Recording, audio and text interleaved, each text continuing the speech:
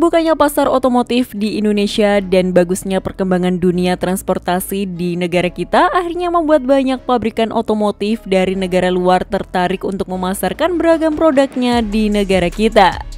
Bahkan untuk pasar transportasi massal saja kini tidak hanya datang dari pabrikan asal Eropa. Tapi ada pula beragam merek pabrikan yang berasal dari Asia tapi terlihat tidak hanya datang dari negara Jepang saja. Karena dulu tercatat merek besar asal Korea satu ini juga pernah masuk ke pasar negara kita. Merek tersebut tentu saja adalah Hyundai dan bisa dibilang menjadi merek sasis bis asal Korea pertama yang berani bersaing di pasar bis Indonesia. Jadi sekarang mari kita bahas sejarah masuknya merek satu ini dan ada produk sasis bis apa saja yang beredar ya. Jadi jangan lupa simak video ini sampai akhir.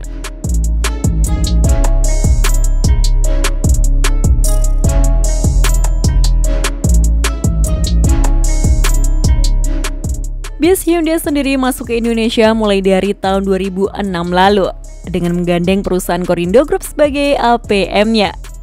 Hyundai dulu juga tidak hanya sekedar impor sasis saja seperti yang dilakukan oleh merek sasis bis asal Tiongkok.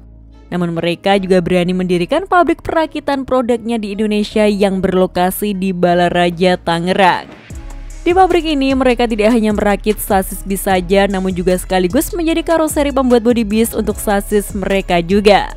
Salah satu produk bis dari Hyundai yang cukup banyak beredar di Indonesia adalah seri Hyundai Aerospace LD. Big Bus satu ini sangat mudah dikenali di jalanan karena model bodi dari karoseri Korindo yang khas dengan desain yang sama seperti bis Hyundai di Korea. Desain bodinya hampir mirip dengan bodi Galaxy Coach garapan karoseri Restu Ibu dengan sudut yang serba membulat dan bentuk lampu mengotak yang terpasang secara horizontal. Namun Hyundai juga tetap bisa menjual sasis bisnya secara terpisah yang kemudian konsumen bisa memilih karoseri lokal untuk membuatkan bodinya secara terpisah.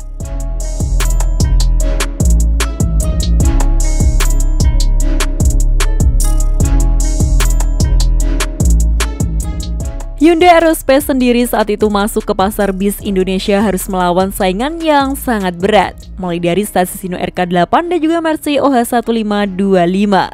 Oleh karena itu, Hyundai tidak tanggung-tanggung membekali fitur terbaik pada sasis bis besarnya ini. Mulai dari sektor dapur pacunya yang menggunakan mesin berkode D6AB yang cukup bertenaga, dengan konfigurasi 6 silinder segaris yang sudah didukung turbocharged dan intercooler. Mesin ini mampu menghasilkan tenaga maksimal hingga 190 PS pada 2000 rpm dan torsi maksimal 1100 Nm pada 1200 rpm.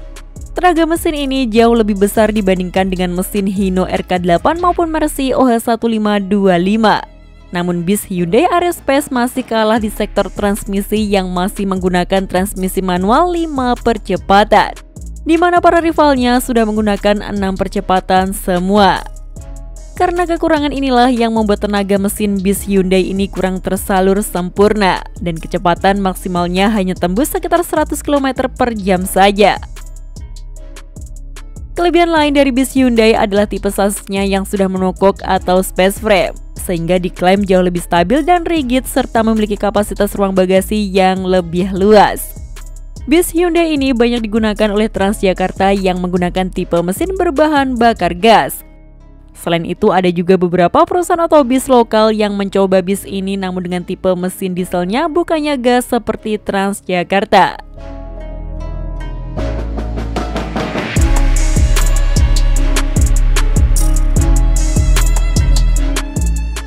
Di tahun 2007 Hyundai juga meluncurkan sasis bis dan juga truk medium dengan nama Hyundai Mighty. Saat itu Korindo menawarkan Hyundai Mighty dari 3 varian sasis dengan panjang yang berbeda. Sementara untuk urusan dapur pacunya, Hyundai membekali mesin yang setara dengan truk kol diesel FE84BC yakni mesin berkode D4D8 dengan tenaga maksimal 136 PS dan torsi sebesar 380 Nm. Semenjak kemunculannya, Hyundai Mighty bisa dibilang cukup sukses di pasar bis medium di Indonesia dan menjadi salah satu alternatif utama bagi perusahaan otobis untuk meremajakan armadanya. Meskipun belum mampu menggeser posisi Cole Diesel sebagai pimpinan pasar, namun secara mengejutkan Hyundai mampu menggeser merek Jepang lainnya di segmen bis medio, mulai dari Isuzu maupun Hino. Bis ini sendiri banyak digunakan untuk bis rapid transit kota besar di Indonesia, mulai dari Trans Jogja, Batik Solo Trans, hingga banyak digunakan sebagai bis sekolah dan berbagai instansi pemerintah lainnya. Namun sangat disayangkan penjualan Hyundai Mighty ini harus dihentikan tahun 2012 karena adanya perselisihan antara Korindo dan prinsipal Hyundai di Korea. Dan pada akhirnya secara perlahan banyak bis Hyundai Mighty yang mangkrak akibat kesulitan mencari suku cadang.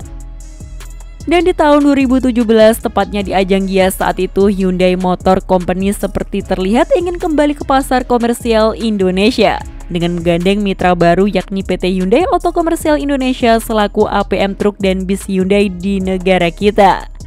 Namun sayang yang didatangkan baru produk truk terbaru mereka saja dan belum ada tanda-tanda Hyundai akan memasukkan sasis bis baru ke Indonesia.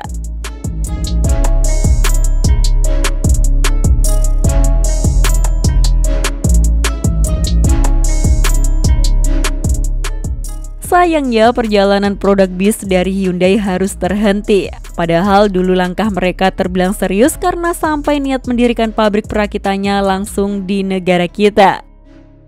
Tapi dari jajaran produk bis mereka yang sudah beredar, kalian sudah pernah coba bis Hyundai yang seri apa? Coba bagikan pengalaman kalian di kolom komentar ya. Sekian informasi dari kami, klik tombol subscribe bagi yang belum dan jangan lupa aktifkan loncengnya untuk mendapatkan notifikasi video terbaru dari kami. Terima kasih telah menonton dan maju terus dunia perbisan Indonesia.